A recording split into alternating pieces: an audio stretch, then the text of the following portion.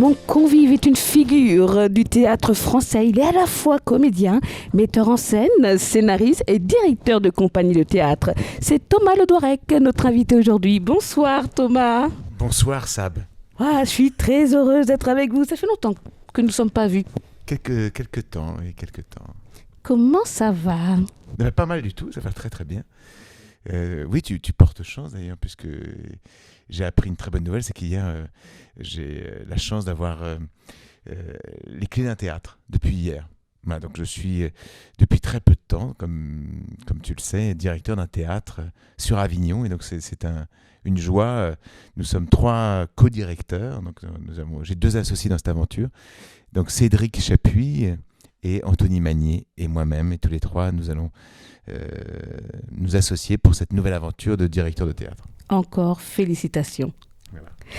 Alors, vous avez de nombreuses pièces à votre actif et là, on vous attend, mais vraiment avec une grande impatience que vous soyez de nouveau sur scène au Théâtre Anne-Lague avec la pièce Aux Deux Colombes de Sacha Guitry. Alors, mis en scène par vous, cher Thomas, vous jouez également dans la pièce et vous partagez la scène avec d'excellentes comédiennes.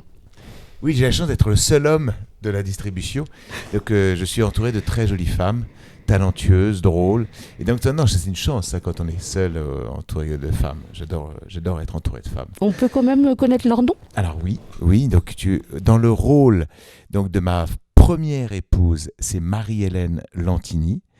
Dans le rôle de ma seconde épouse, c'est Marie Delaroche.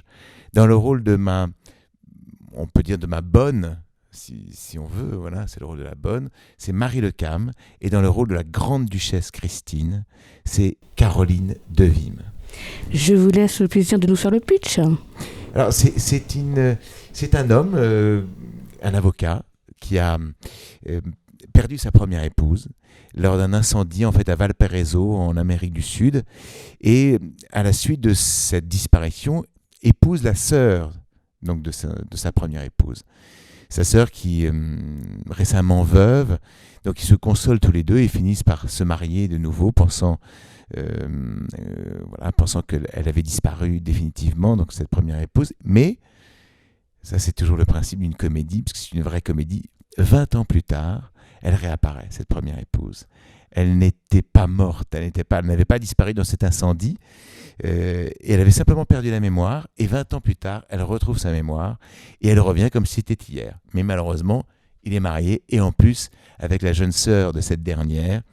Alors heureusement, il y a une 3e mystérieuse femme qui arrive, et je ne vous en dis pas plus. Voici la bande-annonce de la pièce Aux Deux Colombes. Allô ? Je vais avoir une immense surprise. Surprise ! Aujourd'hui même, merci madame. Allô ? Allô ?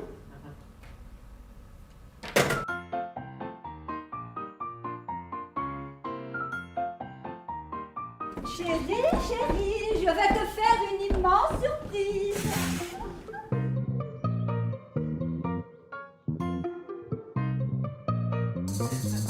Surprise!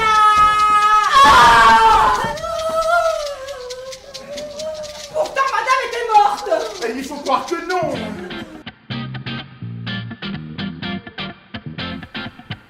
Qu'est-ce que tu as, Jean-Pierre? Je me suis remarié. Ah! Ma sœur! Oh!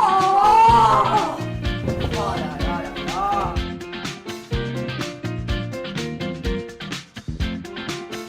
Scandale. Et tout le ridicule. On rejaillit sur vous. Sur nous? Sur toi? Bien au contraire. Avoir 2 femmes pour un homme, c'est flatteur. Tandis que pour 2 femmes, un seul homme, ça crie famine, à mon avis.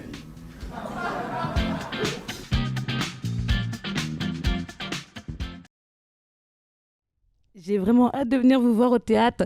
Pourquoi avez-vous choisi cette pièce ? C'est un auteur que j'admire beaucoup, j'aime beaucoup le jouer. C'est une langue particulière, c'est très musical. Et puis j'adore rire, j'adore faire rire. C'est rare qu'un acteur n'aime pas faire rire. Et là, c'est un Guitry tellement champagne, tellement léger, tellement qui se prend pas au sérieux, qui détricote en fait le trio amoureux. Voilà, c'est un vaudeville, un véritable vaudeville, mais comme on les aime, et complètement absurde. Ça flirte vraiment avec l'absurde. C'est très moderne. Voilà, et donc j'étais ravi de découvrir cette pièce qui est elle est peu connue de Guitry, mais c'est une des rares vraies comédies qu'il ait écrites. C'est qu'il n'y a pas d'autre prétention que de faire rire. C'est une pièce efficace et qui donne beaucoup de rire, beaucoup de joie aux spectateurs et à nous aussi acteurs sur scène. Et en plus, c'est rare une pièce avec un bal comme ça de comédiennes, de femmes. Je trouve qu'aujourd'hui, on a besoin de voir les femmes. On a besoin de les voir sur scène. Et voilà, et en plus, je pense que c'est une des pièces les plus féministes de Guitry. Parce qu'on a beaucoup reproché à Guitry d'être misogyne, ce qui est totalement faux. Il disait d'ailleurs, pour répondre à cette accusation, il disait « Je suis contre les femmes, tout contre ».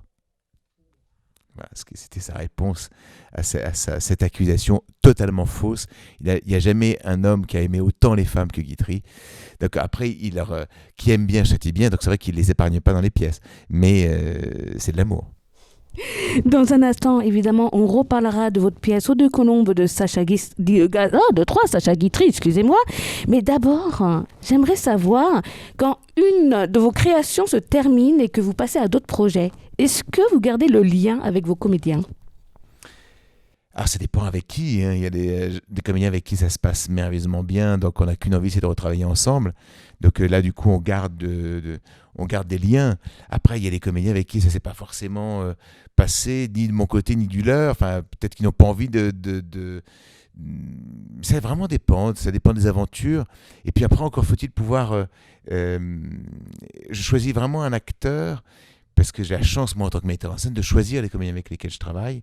Et donc, j'ai choisi, en fait, pour ce qu'ils sont, par rapport à un personnage aussi, par rapport à ce que moi, j'entrevois, en fait, dans le personnage, ce que je m'imagine être ce personnage. Donc c'est vrai que je choisis en fonction puis du moment, puis de mes rencontres. Il n'y a pas de règle. Et puis, moi, j'adore travailler en famille. Je suis un homme de troupe, j'ai ma propre troupe, j'ai des gens avec qui je travaille depuis des années, ça fait maintenant... Thomas, j'ai envie de vous couper, excusez-moi. Mais je t'en prie. Parce que je pense, et j'en suis sûre, j'ai un message pour vous. Ah ! On écoute ? Avec plaisir. Thomas Le Douarec, c'est Grégoire Bonnet. Ah, la compagnie Le Douarec, mes plus belles années théâtrales. Là, j'ai tout appris, j'ai appris mon métier avec Thomas. On a fait, je sais pas combien, on avait de spectacles, Thomas, c'est pas 15 ? Je sais pas, un nombre fou, quoi.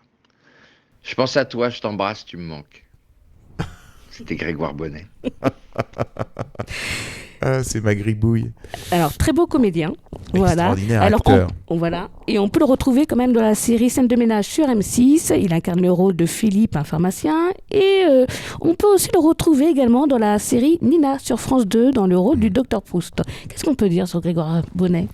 Alors Grégoire, c'est d'abord une force comique phénoménale, c'est un immense acteur comique, pas seulement, il a une force dramatique également, enfin c'est un grand acteur, vraiment un grand acteur, qui va, je pense, petit à petit, qu'on va voir de plus en plus sur nos écrans. J'espère qu'il reviendra au théâtre, mais bon... Avec vous ? Avec moi. Mais après, il en profite. Pour l'instant, il tourne énormément. Donc, tant que ça marche au cinéma, à la télévision, autant qu'il en profite. Parce que c'est vrai que c'est un métier, on sait que c'est un métier difficile. Et c'est, voilà, quand on a le vent en poupe, il ne faut pas s'arrêter. Donc, qu'il continue, qu'il ne s'arrête pas, qu'il tourne Grégoire. Et on ne s'imagine pas, on ne se rend pas compte que non seulement c'est un immense talent, enfin, un grand talent, mais c'est aussi un grand travailleur. On n'est jamais là par hasard. Et le talent ne suffit pas. Il faut travailler. Et Grégoire le fait. Il travaille énormément et c'est pour ça qu'il est là encore aujourd'hui, après toutes ces années. Vous savez, Thomas, dans l'œil de sable, on aime bien revenir un petit peu en arrière. Alors, je vous propose que l'on fasse un petit tour dans votre passé. Vous êtes d'accord ? Avec plaisir. Si on plante le décor, ça se passe où, votre enfance ? Alors, mon enfance, elle se passe... Alors, d'abord, je suis né à Rouen, dans la patrie de Corneille, Pierre Corneille, et dès l'âge de 3 ans, je pars vivre à Dieppe, en Normandie, toujours en Normandie, J'y passe 10 années de ma vie et je monte à Paris. Alors, avant de monter à Paris, alors, on aimerait bien savoir, votre papa, il était chirurgien, votre maman, elle faisait quoi comme métier? Ma mère, avant que mes parents se séparent, ne travaillait pas, elle s'occupait de nous. Et puis après, suite au divorce, elle a dû travailler. Donc elle a repris ses études, elle est devenue enseignante, elle est rentrée prof dans un lycée. Et puis, c'est là où elle a refait des études, donc on a dû passer 1 an à Paris pour ses études. Et après, on est retourné en fait à Rouen. Doucement, Thomas, on a encore plusieurs minutes. Ah bon, attention. d'accord, on a le temps. Non, mais attends, on va c'est pas parler, terminé. Non, mais on va parler de cette période justement. Ah bon, d'accord, J'ai des d'accord. questions Je laisse par terminer. rapport à ça. Vous êtes d'accord, j'espère. Oui, mais moi, n'hésite pas, pose toutes les questions, je n'ai rien à cacher. Bon, super. Bah, déjà, l'enfance, c'est une période que vous aimez? J'adore. J'ai adoré mon enfant, j'ai adoré l'école. Je fais partie des enfants qui ont adoré être à l'école, parce que j'adorais en fait aller à l'école, pas seulement pour apprendre, parce que c'est vrai qu'on y apprend la vie, mais on y apprend aussi, on y apprend à penser. Et moi j'ai aimé cet apprentissage, j'ai aimé me cultiver, c'est essentiel pour moi. Et puis grâce à une professeure de français au lycée Corneille à Rouen, donc ma première seconde, parce que j'ai redoublé, je t'expliquerai pourquoi. Mais ma première seconde, en fait, je me souviens très bien d'elle, elle s'appelait Madame Alliot. Et d'ailleurs, dans ma classe, cette première seconde, j'avais Valérie Bonneton. Oh, j'adore cette comédienne. Qui est une formidable comédienne qui a fait une très belle carrière depuis. On était ensemble en classe et on a fait du théâtre ensemble. Et qu'en fait, c'est grâce à cette femme, cette professeure de français, et ben, je me suis mis au théâtre. Elle m'a fait découvrir la poésie, voilà. Alors, on va en parler de ça aussi également. Ouais. Mais ce que j'ai envie de vous poser tout de suite, quel est votre premier souvenir de votre enfance? Mais le tout premier. Mon tout premier souvenir... J'en ai plein de souvenirs. Là, tu me parles tout d'un coup, je me souviens de mon premier chien qui s'appelait Knox, qui était un berger allemand que j'aimais particulièrement. Voilà, je me vois tout petit avec lui, mais après j'ai des amis d'enfance. Moi j'ai gardé un ami d'enfance qui était en maternelle avec moi, qui s'appelle Jean Renu, qui est peintre, un grand peintre aujourd'hui, et on s'est jamais perdu de vue. Qu'est-ce que je pourrais te dire d'autre? Ou sinon, qu'est-ce que vous avez le moins aimé dans votre enfance? Le moins aimé dans mon enfance j'ai pas... Non, j'ai pas de mauvais souvenirs. Même la séparation de mes parents, ça a été, voilà, on fait avec. Donc, à cette époque-là, vous avez quel âge? Vous avez à peu près 8 ans par rapport à la séparation de vos parents. Tout à fait. Alors, votre maman a refait sa vie avec un dentiste qui était passionné de jazz. Ouais. Et là, tout d'un coup, ça vous a vraiment beaucoup influencé. Ouais. Et vous avez appris le saxophone. Tout à fait. Je voulais faire de la musique. Je voulais en faire mon métier. Et j'ai fait du saxophone, j'ai fait le Conservatoire de Paris pendant quelques années, j'ai fait aussi une école de jazz à Mont-Saint-Aignan. Donc je voulais vraiment faire mon métier. Mais la musique, c'est encore plus dur pour moi, c'est l'art absolu. Parce que la musique, le travail, certes, est essentiel, mais le talent est primordial. C'est quelqu'un qui a deux on peut travailler énormément sa musique, mais quand tu es en face de quelqu'un qui en plus a du talent, c'est écrasant. C'est pour ça que j'ai un peu arrêté la musique à cause de cela. Je me rendais compte que j'avais beau travailler, mais le talent me manquait. Donc j'ai fait autre chose. Voilà. Vous avez fait autre chose. Mais alors, tout à l'heure, il y a un instant, vous avez dit oui, on a beaucoup bougé. Donc, un coup, vous êtes à Rouen, un coup, vous êtes à Paris. Mais donc, quand vous avez à peu près 14 ans, là, vous habitez quelque temps à Paris, au-dessus du théâtre de la Huchette. Et là, vous sympathisez avec une troupe. Tout à fait, avec la troupe du théâtre de la Huchette. C'est rue Quincampoix. Nous sommes juste au-dessus du théâtre, dans un appartement que j'avais adoré, j'adorais cet appartement, qui appartenait à Tommy Ungerer. Je ne sais pas si tu connais Tommy Ungerer. Malheureusement, il nous a quittés récemment. C'était un grand dessinateur en fait, du New York Times et qui a notamment écrit Les Trois Bandits, qui a écrit beaucoup de choses pour les enfants, mais qui était aussi un caricaturiste. C'était un type fabuleux et qui nous a en fait prêté cet appartement. Et c'est mon premier contact avec le théâtre, c'est avec cette troupe. Et j'ai pu fréquenter des loges et j'allais voir les spectacles et voilà, j'ai sympathisé avec ces gens. Est-ce qu'il y a eu un spectacle qui vous a beaucoup marqué à cette période? Si, oui, c'était Parole de Jacques Prévert. De Jacques Prévert, ouais. Ouais, je m'en souviendrai toujours. Il y a un poème de Jacques Prévert dans Parole c'est un homme, je me souviens plus exactement du poème, mais il allume des allumettes Et là, l'adaptation théâtrale était très juste parce qu'en fait, il allumait une allumette. Et à chaque fois, voilà, je me souviens même plus de tes paroles. Enfin, j'avais été fasciné par ce spectacle. Fasciné. Ça m'a donné envie de... C'est mon premier contact avec le théâtre. Et après, il y a eu un autre contact avec le théâtre, donc ce que vous nous avez dit tout à l'heure, le lycée. Ouais. Alors, et puis, en tant que spectateur aussi, parce qu'à Paris, j'ai eu la chance, on va au théâtre un peu. Il y avait, à l'époque, je suis allé voir un Cyrano de Bergerac, mis en scène par Jérôme Savary, avec Jacques Weber, au Théâtre Mogador. Et j'ai été totalement embarqué par ce spectacle, par Weber, qui était un merveilleux Cyrano. Pour moi, ça a été le plus beau Cyrano que j'ai eu la chance de voir sur scène. Et puis Savary. J'ai une passion pour Savary. C'est un grand metteur en scène qui a été malheureusement pas reconnu suffisamment par rapport à... Parce qu'on le prenait pour quelqu'un un trublion. Enfin, c'était effectivement un personnage truculent, mais il n'était pas que ça. et vous étiez un tourbillon à l'âge de 14 ans, vous étiez un peu infernal, non? Ah oui, j'étais infernal, c'est vrai. Vos parents, ils vous ont mis, hop, dans une pension pour la peine. C'était difficile. Alors, je leur en veux pas du tout parce que j'étais vraiment ingérable. J'avais un problème avec l'autorité. Ma première seconde au lycée Corneille, enfin le lycée m'a donné une telle liberté. En plus, mes parents étaient séparés. En fait, je faisais un peu, je me suis donné en fait beaucoup de liberté. Je me suis donné beaucoup de liberté à cet âge-là et j'étais pas souvent chez moi en fait. Je rentrais plus dormir, donc il fallait trouver une solution. Et donc on m'a mis en pension. Et je voulais pas être en pension.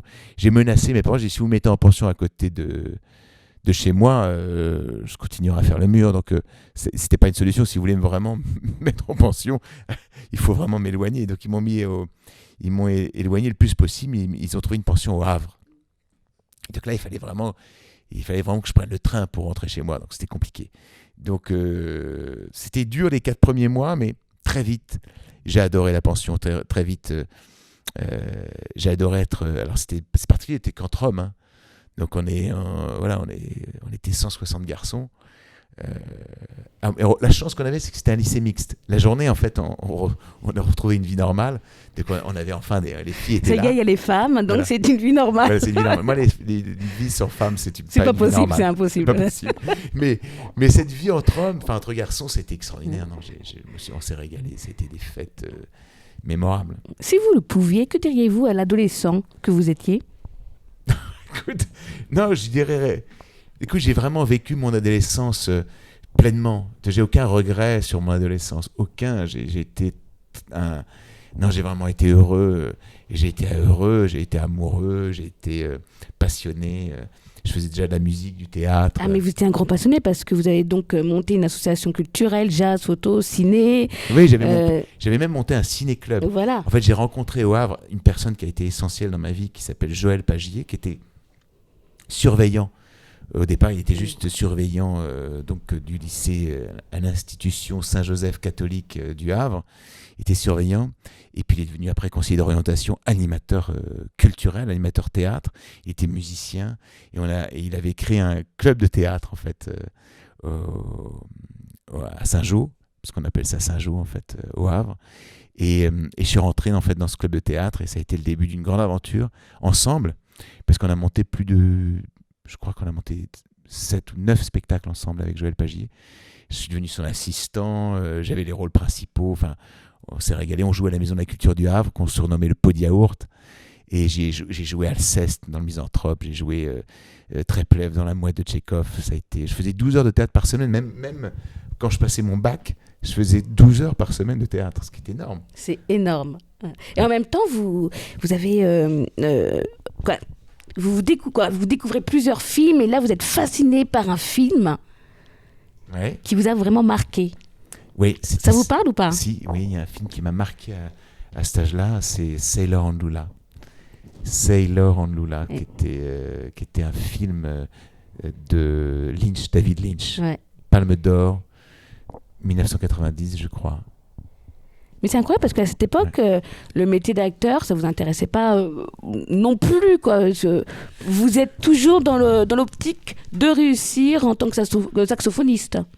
Oui, saxophoniste, mais même saxophoniste, la passion pour moi c'est l'art absolu, mais je pensais faire de la musique comme ma passion principale, mais pas comme un métier forcément.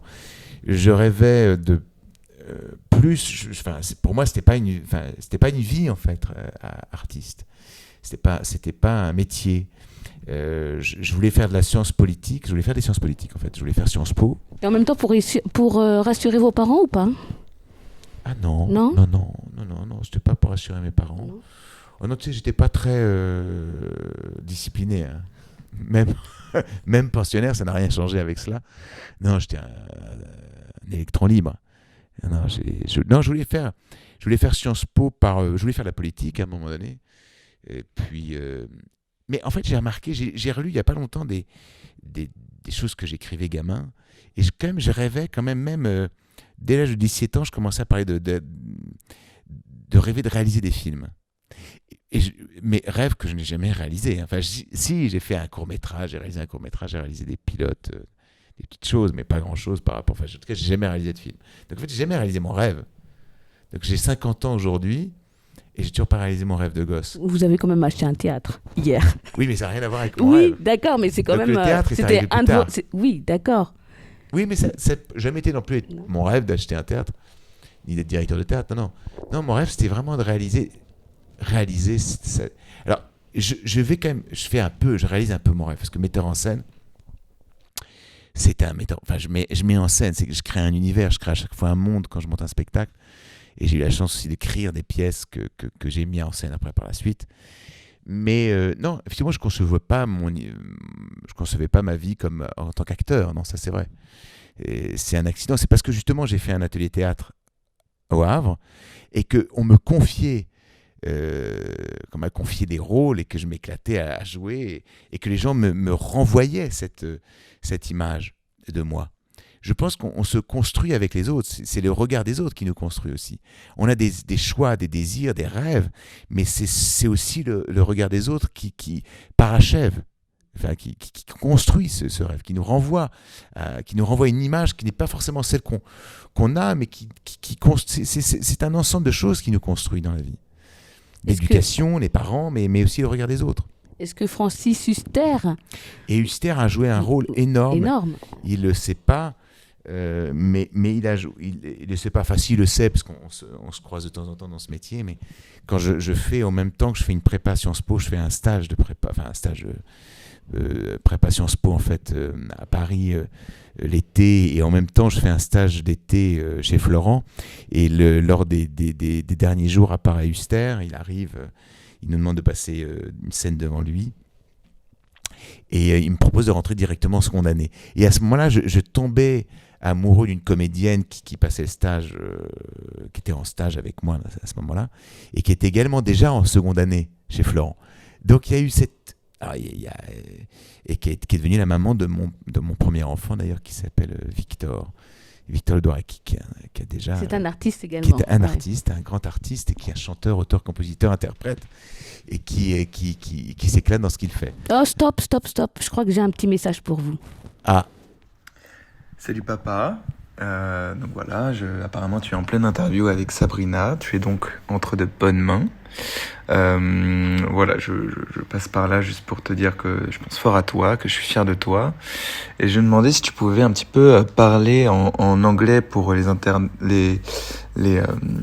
auditeurs internationaux. Voilà, pour que tu montres un peu tes talents linguistiques. Là, tu m'appelles après l'émission, je t'embrasse fort. Bisous. Qu'est-ce qu'il voulait dire, votre fils? Que se passe-t-il avec l'anglais? Non, c'est très drôle parce qu'on a revu il n'y a pas longtemps. Quelqu'un m'a fait passer une interview. On avait joué, on a monté un spectacle avec Grégoire, notamment avec Grégoire Bonnet, et puis toute la bande avec toute ma troupe. Il y avait Charles Ardillon, Clément, Marie Parouti, Yvan Garouel, Eric Savin, et on s'était tous retrouvés en fait à Édimbourg au festival, au Fringe d'Edinburgh, le Fringe qui est un des plus grands festivals de théâtre. On avait fait un spectacle sur les Monty Python, parrainé par les Monty Python eux-mêmes, Et c'était merveilleux, c'est une aventure extraordinaire, mais on avait des interviews en anglais. Mais on était tous plus mauvais les uns que les autres en anglais, parce qu'on jouait en français, mais surtitré en anglais. Et donc, ces interviews en anglais, on en a retrouvé il n'y a pas longtemps, que j'ai mises d'ailleurs sur les réseaux sociaux. Et ça nous a fait tellement rire, parce qu'on parle anglais comme des vaches espagnoles. Et donc, ça fait rire Victor, voilà. C'est ça. Alors, votre fils Victor, il est auteur et compositeur? Oui. Et il va sortir un nouvel album, d'ailleurs. Qui profite de cette période bizarre qu'est la nôtre, période de confinement, reconfinement, reconfinement, enfin voilà, déconfinement, enfin tous ces nouveaux mots qu'on invente avec cette période. Mais il en profite pour créer un album et écrire un album, et c'est bien avancé. Il a beaucoup de talent, hein. Beaucoup de talent. Allez, on se fait une petite pause musicale avec Victor Le Douarec.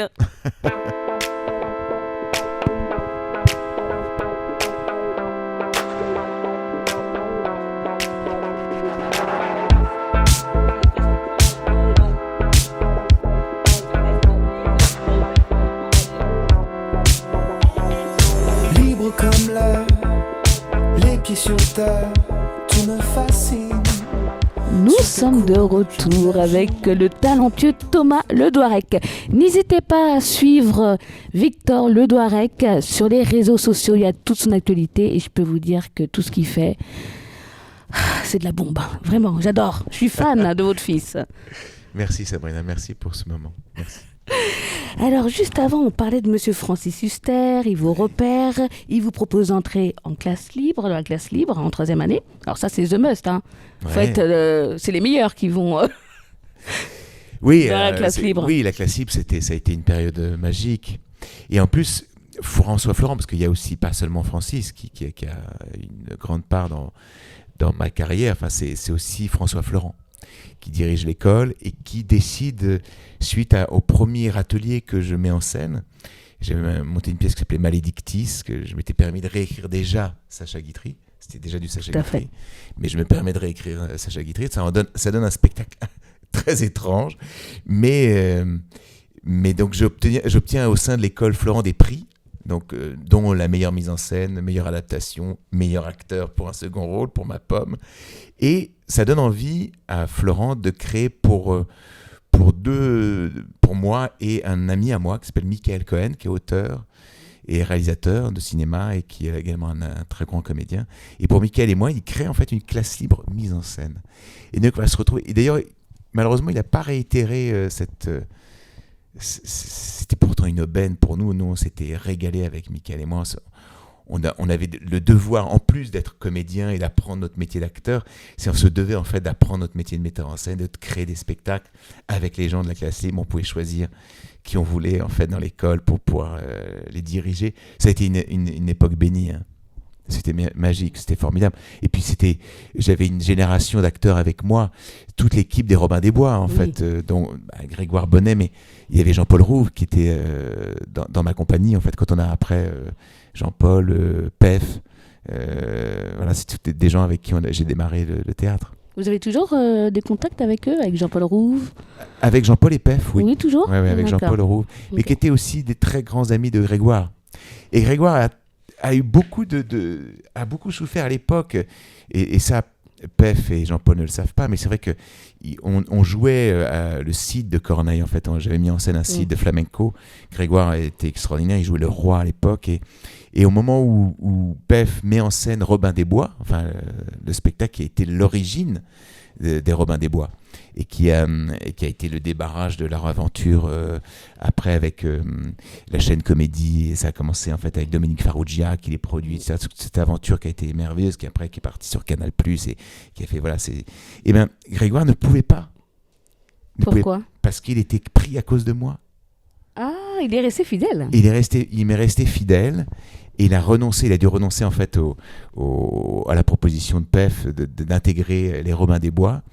Et c'était triste pour lui parce que du coup il a dû faire un choix. Mais bon, la preuve aujourd'hui, ça l'a pas empêché de faire une immense carrière. Donc voilà. Mais vous avez fondé assez jeune quand même votre compagnie à l'âge de 21 ans, si je me trompe guère. Ah oui. Ouais, j'ai eu cette chance de...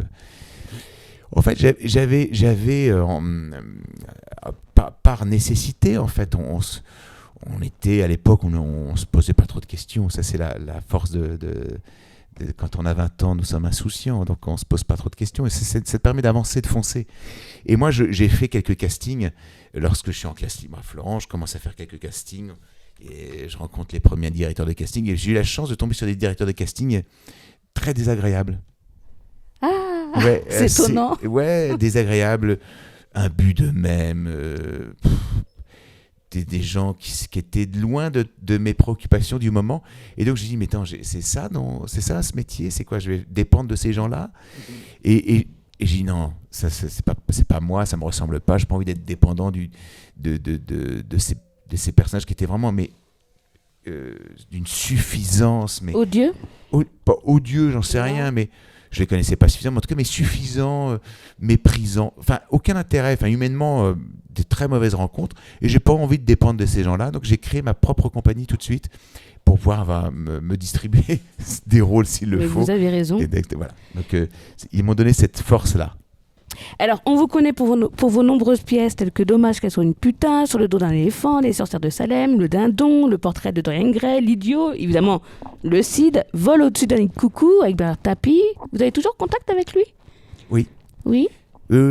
Tapie, ça a été une rencontre forte, très forte. Je suis tombé amoureux du bonhomme quand j'ai commencé à le diriger.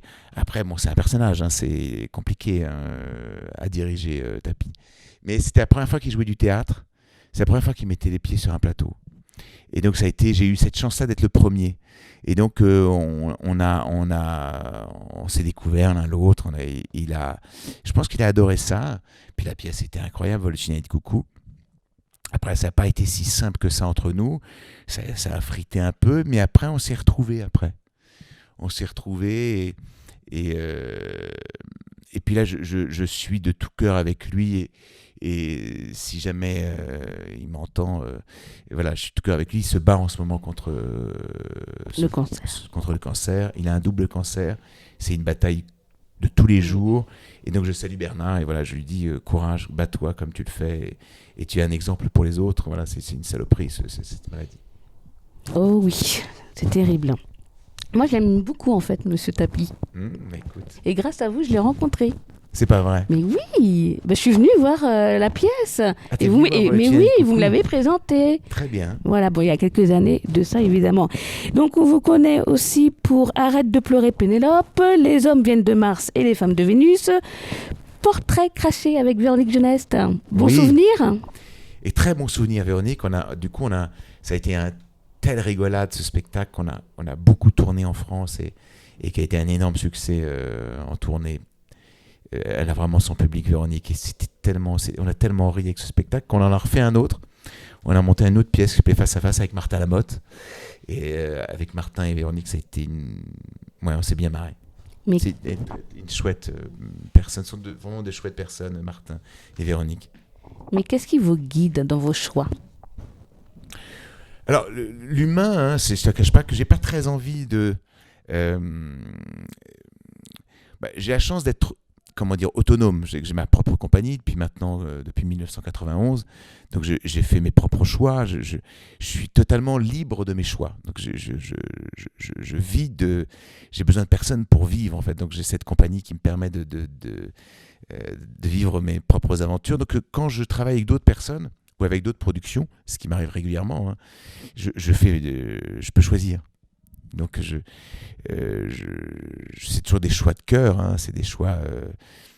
Donc, voilà, c'est en fonction puis des projets. Tu vois, ça m'amuse j'apprends. Il y a des choses que je ne ferai jamais moi personnellement, qu'on me propose de faire. Et donc, je me dis, tiens, allons-y, je n'ai jamais fait, donc on essaye. Alors, on remarque que la musique est souvent présente dans vos spectacles. Oui. C'est vrai, comme dans le Cid, en version flamenco. Il y a toujours de la musique dans mes spectacles. Toujours. Et souvent de la musique live. Il y a souvent des C'est plus compliqué, non? Ou pas compliqué pas pour moi en tout cas. Non, pour moi vous. ça reste. Moi la musique, comme je te le disais tout à l'heure, c'est que ça reste pour moi l'art absolu. C'est l'art ultime. Je ne peux pas concevoir un autre art que sans la musique. En fait, c'est ma source d'inspiration principale. Même quand je crée, j'ai besoin de musique. Et justement, vous avez créé un magnifique spectacle, Mike Oui, Brandt. Ouais. Mike Brandt. Mike, ça a été une aventure musicale, puisque c'était une comédie musicale. Et là, effectivement, quand on écoute, tu as la chance de pouvoir réunir tout ce que tu aimes, à savoir la musique, le théâtre, la danse, parce que je suis passionné de danse aussi. Et là, la comédie musicale, c'est formidable pour ça, parce que ça réunit trois genres que je chéris plus que tout, la danse, la musique et le théâtre. Et là, ça a été, oui, c'était un très beau spectacle. Le spectacle a été nominé aux Molières. Oui, trois nominations aux Molières, dont le meilleur spectacle musical. Oui. Mais comment se passe le processus de création de chaque nouvelle pièce? Ça doit être... J'aime pas refaire le même spectacle. Alors, c'est pas forcément une qualité, parce que c'est vrai qu'on me demande souvent quand un truc marche, quand tu fais un succès dans ce métier, mais pas seulement dans ce métier d'ailleurs, dans tous les métiers, quand tu fais un truc qui cartonne, les gens ils veulent la même chose, ils veulent à nouveau mais j'ai toujours peur de ça. Donc je me suis jamais répété, donc j'ai toujours fait des choses très différentes. Et tant mieux, mais du coup il faut toujours recommencer à zéro.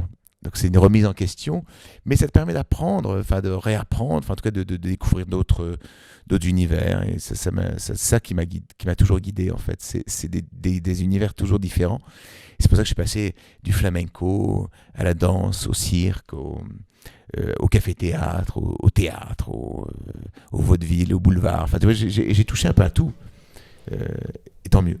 Et c'est d'ailleurs à l'occasion de la comédie musicale Mike que là vous faites la rencontre d'une merveilleuse comédienne qui se nomme Caroline Devim.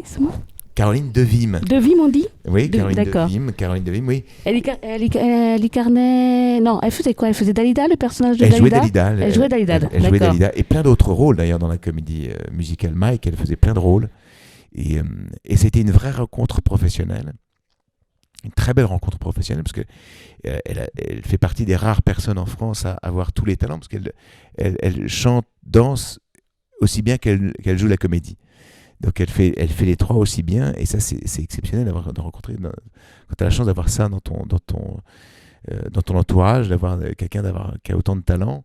Et ça a été une belle rencontre. Du coup on a monté une autre comédie musicale avec l'acteur principal de Mike, qui s'appelait Grégory Benchenafi, qui avait d'ailleurs eu une nomination au Molière pour Mike dans le rôle de Mike, qui était une révélation théâtrale. Et on a fait Dorian Gray en comédie musicale avec Caroline Devim, Grégory Benchenafi, Laurent Morel, Stéphane Corbin, par la suite Mehdi Bourayou et Gilles Nicolo. C'est une très belle aventure. Et après on a fait avec Caroline Devim, on a fait aussi une comédie musicale qu'on a coécrit tous les deux, une mini comédie musicale qui s'appelait Le jour où je suis devenue une chanteuse black. On écoute un extrait. Baby love, my baby love, I need you, I need you. But all you do is treat me bad, break my heart and leave me sad. Tell me what did I do wrong to make you stay away so long? Stop in the name of love before you break my heart. Stop in the... C'était l'extrait Le jour où je suis devenue chanteuse black. Décidément, c'est formidable. J'ai adoré, je suis partie voir ce spectacle. Qui était un merveilleux spectacle. C'était magnifique. Et de cette collaboration, parce qu'en fait Caroline Devim joue également aux Deux Colombes, et de cette collaboration, puisqu'on a fait énormément de spectacles, Caroline et moi, est née une petite... Vous lâchez plus. Et de cette collaboration est née une petite fille qui a maintenant 5 ans, qui s'appelle Charlotte. Voilà. C'est beau. Ouais, c'est beau. Ah, c'est magnifique, j'adore ce genre d'histoire. Vous avez beaucoup mis en scène au théâtre, mais à quand la réalisation pour le cinéma? Mais là, tu touches les rêves d'enfance. Là, écoute, je sais pas, je pourrais pas te dire. Le problème, c'est qu'on m'a proposé plusieurs fois de réaliser un long métrage, et j'ai même signé un contrat, j'ai même gagné de l'argent pour cela, et le film ne s'est jamais fait. En fait, ce qui est très compliqué au cinéma, les gens ne se rendent pas compte à quel point on voit le nombre de films qui qui se font, mais on ne voit pas le nombre de films qui ne se font pas. Et pourtant, qui coûtent beaucoup d'argent en développement, mais qui ne voient jamais le jour. Et voilà, c'est la réalité économique de ce métier. Donc ça m'est déjà arrivé en fait de m'engager sur un long métrage et le métrage n'arrive pas à aboutir. Et comme moi, le théâtre, ça marche très bien pour moi, c'est compliqué toujours en fait de m'engager après sur un long métrage parce que ça demande encore plus de temps de préparation et du coup ça me coupe du théâtre et ça m'empêche de faire des projets qui me tiennent à cœur dans lesquels je sais que ça aboutira. C'est plus facile de faire aboutir un projet au théâtre que un projet au cinéma. Donc c'est toujours pour moi, je suis toujours partagé de pouvoir me consacrer au cinéma, c'est un sacrifice que je fais pour le théâtre. Thomas, c'est déjà la fin de l'émission. C'est affreux. Sabrina, c'est terrible de se quitter déjà. On a à peine commencé. Alors, on reparle encore de votre pièce aux Deux Colombes de Sacha Guitry. Bien Qu'est-ce sûr. qu'on peut dire si vous deviez convaincre les gens à venir vous voir votre pièce? Que leur diriez-vous? Mais je leur dirais, venez rire, on en a bien besoin en ce moment. Il faut essayer d'oublier tout ce que nous inflige ces gouvernements, parce que je ne parle pas de notre gouvernement, je parle des gouvernements du monde entier, puisqu'on a mis notre vie, on a arrêté de vivre pour ce virus, par principe de précaution, on va dire. Pourquoi? J'en sais rien. On privilégie la santé à la vie. C'est un choix que je ne comprends pas personnellement. Voilà, je préférerais qu'on choisisse toujours. Il faut toujours choisir la vie. Toujours choisir la vie à la mort. Et là, on préfère la santé, mais la santé, depuis la nuit des temps, il faut bien mourir de quelque chose. On a toujours. Plein de gens meurent de maladie. Tous les jours, les gens meurent de maladie. Et on meurt de plein d'autres choses aussi. On ne meurt pas que de maladie. Et là, de s'arrêter de vivre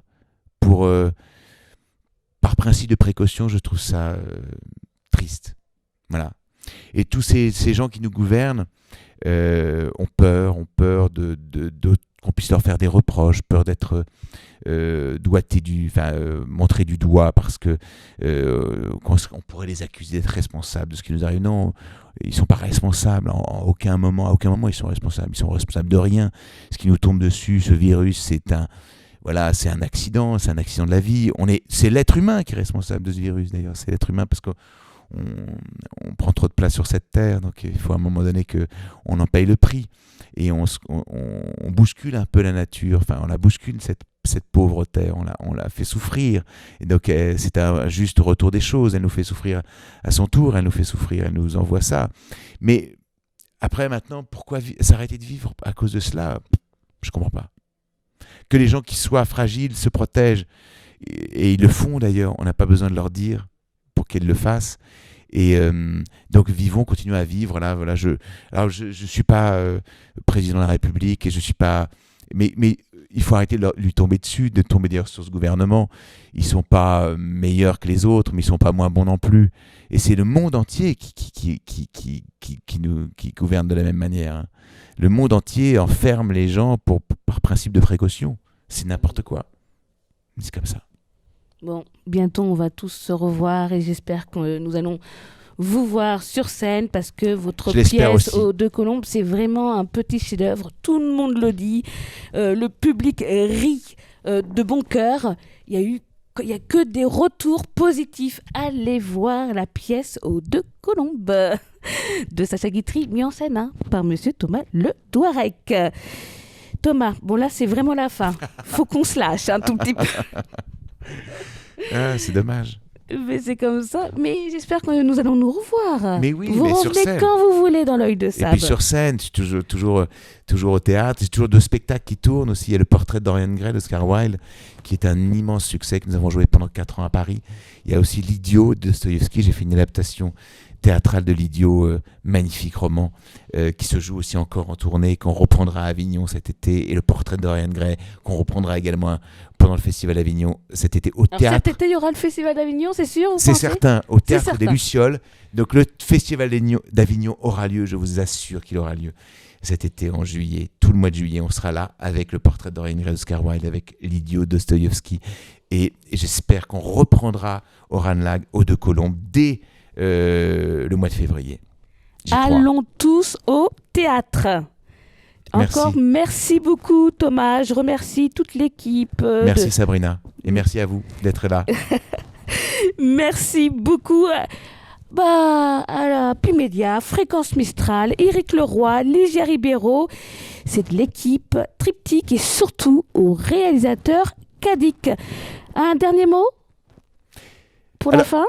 Pour la fin, oui, il faudra venir au théâtre, il faudra tous soutenir le théâtre, soutenir les comédiens, soutenir l'art, la culture en général, les libraires, soutenons le théâtre, la culture, on en a besoin, on n'aura jamais autant besoin de la culture dans les années qui suivent. Nous allons terminer avec notre cher Victor Ledouarec. Et oui, comme ça, on va danser un petit peu. Et surtout, les amis, n'oubliez pas, peu importe que vous ayez du style, une réputation ou de l'argent, parce que si vous n'avez pas de bon cœur, vous ne valez rien. Bonne soirée à tous.